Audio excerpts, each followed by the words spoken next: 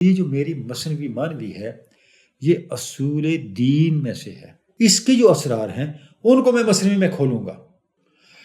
بسم اللہ الرحمن الرحیم۔ مولانا روم کی مصنوی پر گفتگو ہماری جاری ہے اور کچھ ابتدائی باتیں ہم نے کی ہیں جس سے مصنوی کا تعارف، مصنوی کے اندر جو مفاہیم ہیں، معانی ہیں، معارف ہیں، اور جس طرح مولانا کا انداز ہے ان کو تمثیل کے ذریعے، کہانی کے ذریعے، قصے کے ذریعے بیان کرنا، اس کی حکمت کیا ہے، مولانا کا اسلوب کیا ہے، اور مصنوی میں وہ کون سا بنیادی تھیم ہے جو انڈر کرنٹ ایک مسلسل معنی کے طور پہ، ایک باہمی ربط پیدا کرنے والے معنی کے طور پہ اول سے آخر تک چلتا چلا جاتا ہے، اور بقیہ سب کچھ اس کی سپورٹ میں، اس کی تائید اور اس کی توضیح میں آ رہا ہوتا ہے۔ اس پہ ہم نے کچھ بات کی ہے، لیکن آج ہم چاہیں گے کہ چند باتیں مصنوی کے مقدمے کے بارے میں بھی کر لی جائیں، چونکہ مقدمہ کسی کتاب کا جب کوئی مصنف لکھتا ہے تو اس میں وہ اس کتاب کے سارے مقاصد بیان کرتا ہے اور بتاتا ہے کہ میں نے یہ کتاب کیوں لکھی، اور اس کتاب کی اہمیت کیا ہے، اس کتاب کی معنویت کیا ہے، اور اس کتاب میں کیا مقصد تھا جس کو پورا کرنے کے لیے مصنف یہ کتاب لکھ رہا ہے۔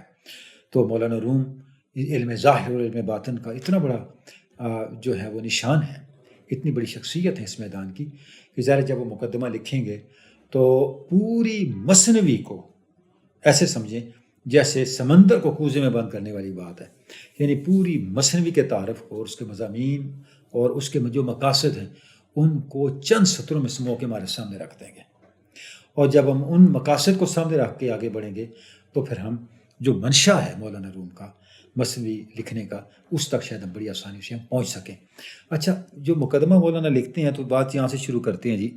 اچھا، یہ تو ناظرین آپ جانتے ہیں کہ 6 دفتر ہیں مصنوی کے، اور دفتر کا مطلب یہ ہے کہ اس کے حصے یا اس کی جلدیں، اور 6 کے 6 جو دفتر ہیں یہ 26,660 اشعار پر مشتمل ہیں، 26,660 اشعار، اور ہر شعر ہی آپ سمجھیں کہ کیپسول آف انرجی ہے، ایک کیپسول آف لائف ہے، اور بعض اشعار اور بعض مصرے تو اتنے گہرے ہیں، وہ اتنے معنی معارف کے لحاظ سے اتنے پریگننٹ ہیں کہ ان پہ کتابیں لکھی گئی ہیں، لکھی جا سکتی نہیں، لکھی گئی ہیں، ان کی وضاحتیں ہو رہی ہیں، اور ہر خطے میں، ہر زبان میں، ہر زمانے میں اہل علم، ظاہری علم والے بھی اور باطنی علم والے بھی اس کی وضاحتیں کرتے رہے ہیں۔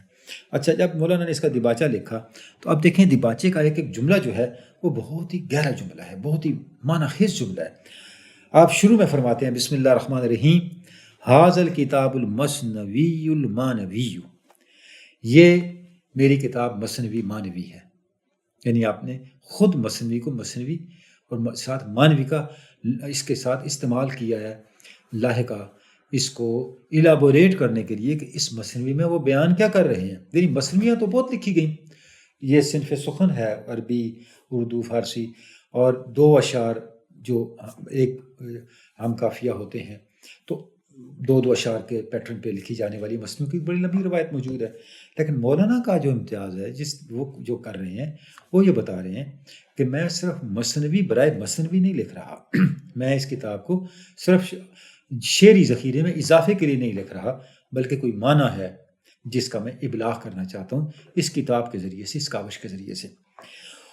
وَهُوَ أَصْلُ اصول الدین فی کشف اسرار الوصول والیقین۔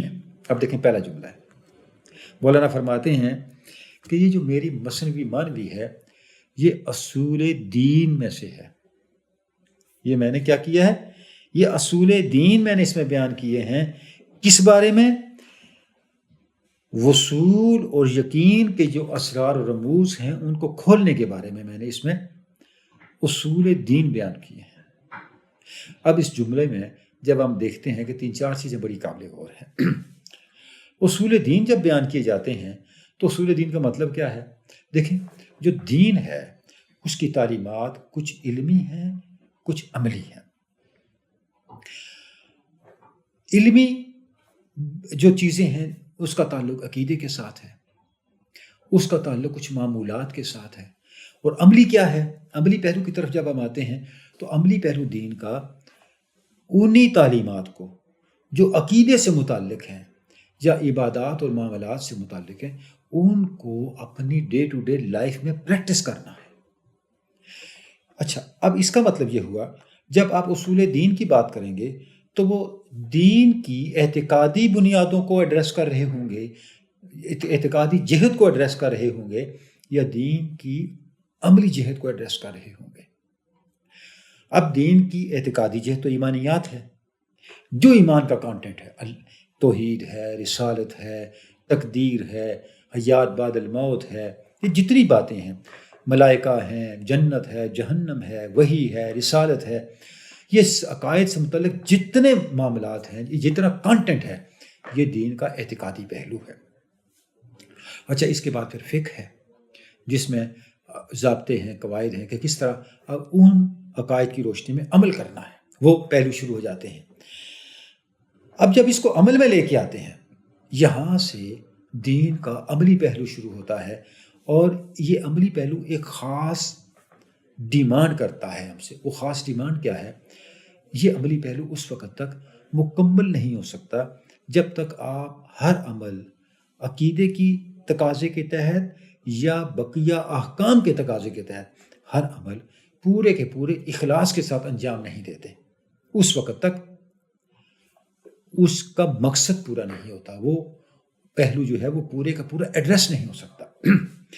یعنی اصول دین سائملٹینیسلی دین کے اعتقادی پہلو کو بھی ایڈریس کریں گے، اور اس کے ساتھ ساتھ اس اعتقادی پہلو کو پورے اخلاص کے ساتھ عمل میں بدلنے کے پہلو کو بھی ایڈریس کریں گے۔ تھوڑا سا ذکر حدیث جبریل کا کر لیں تاکہ یہ نقطہ مزید ذرا واضح ہو جائے۔ آپ صلی اللہ علیہ وسلم کی بارگاہ میں صحابہ کرام تشریف فرما ہیں، اور ایک صاحب آئے اور آ کے مجلس میں آپ صلی اللہ علیہ وسلم کی بارگاہ میں حاضر ہوئے، اور دو زانو ہو کر آپ صلی اللہ علیہ وسلم کے ساتھ اس کے سامنے بیٹھ گئے۔ حدیث پاک کے الفاظ ہیں، یہ صحیحین کی حدیث ہے، متفق علیہ حدیث ہے، کہ انہوں نے اپنے گھٹنے جو تھے آپ صلی اللہ علیہ وسلم کے گھٹنوں کے ساتھ ملا لیے اور گفتگو شروع کر دی۔ کہا، یا رسول اللہ، مفہوم عرض کر رہا ہوں، یا رسول اللہ مجھے اسلام کے بارے میں بتائیے۔ آپ نے فرمایا اسلام یہ الیبوریٹ کیا۔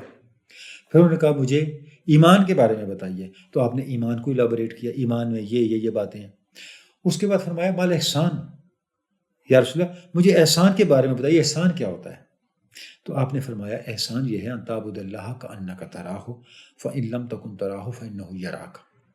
احسان یہ ہے کہ تم اللہ کی عبادت اس طرح کرو گویا تم اللہ کو دیکھ رہے ہو، اور اگر تم اللہ کو نہ دیکھ رہے ہو تو ایسے لگے کہ کم از کم اتنا ضرور کرو کہ اللہ تمہیں دیکھ رہا ہے۔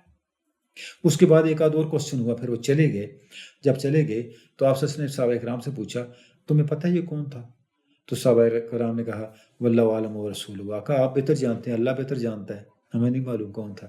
تو آپ نے فرمایا یہ بات بڑی قابل غور ہے، اور یہ جو حدیث کا میں صاحب کے سامنے عرض کر رہا ہوں، اسی سے مولانا روم نے ایک نقطہ ہدایت اخذ کرتے ہوئے اپنے مقدمے کا پہلا جملہ لکھا ہے۔ آپ نے فرمایا یہ جبریل امین تھے جو تمہیں تمہارا دین سکھانے کے لیے آئے تھے۔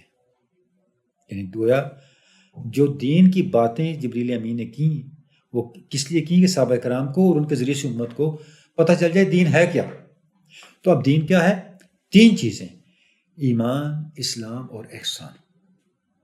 یہ جو ایمان اور اسلام ہے یہ ایک لحاظ سے دین کی علمی جہت ہے، اور احسان کیا ہے؟ یہ دین کی عملی جہت ہے، عملی پہلو ہے۔ مولانا یہ فرما رہے ہیں کہ میں دین کا جو عملی پہلو ہے وہ اس کے جو اصول ہیں وہ مسئلے میں بیان کر رہا ہوں۔ اس کا مقصد کیا ہے؟ اس کا مقصد یہ ہے کشف اسرار الوصول والیقین، کہ تم اللہ تک پہنچ سکو اور تمہارے اندر یقین پیدا ہو سکے۔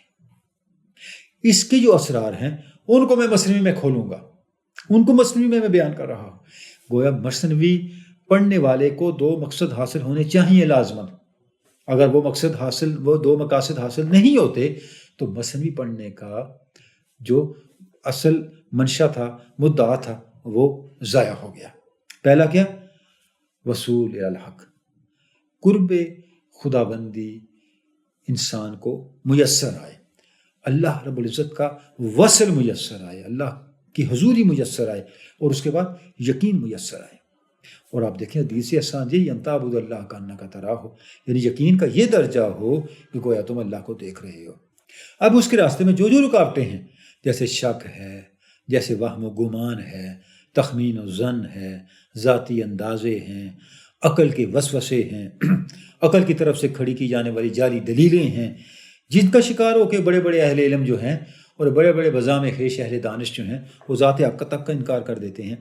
مولانا فرماتے ہیں یہ جتنے کاپ ویبز ہیں، یہ جتنے تار ہائے عنکبوت کے بنائے ہوئے جالے ہیں، میری مثنوی ان سب کو اڑا دے گی، ان سب کو ختم کر دے گی، ان اندھیروں کو ختم کر دے گی اور تمہیں یقین کی منزل تک لے کے آئے گی۔ اب یقین کیا ہے؟ یقین ذات حق کی موجودگی کا وہ احساس ہے جہاں انسان کو مزید کسی دلیل کی، کسی ثبوت کی ضرورت نہ رہے، یہ یقین ہے۔ یعنی انسان اپنی ذات سے بھی زیادہ، کائنات کی ہر حقیقت سے زیادہ ذات حق کے موجود ہونے کا یقین رکھے اور ذات حق کے موجود ہونے کو ایکسپیرینس کرے۔ جب وہ یقین کے اس درجے پہ چلا جائے تو پھر اس کا معاملہ ہی بدل جاتا ہے، دنیا کے حوالے سے، معاملات کے حوالے سے۔ یا مجھے ایک شعر یاد آ رہا ہے جہانگیر اشرف سمنانی کا۔ حضرت جہانگیر اشرف سمنانی بہت بڑے مسٹک گزرے ہیں اور بڑے مصلح، جنہوں نے دین اسلام کی بڑی تبلیغ کی اور لکھوں خواہ لوگوں کے احوال بدلے، ان کی اصلاح کی۔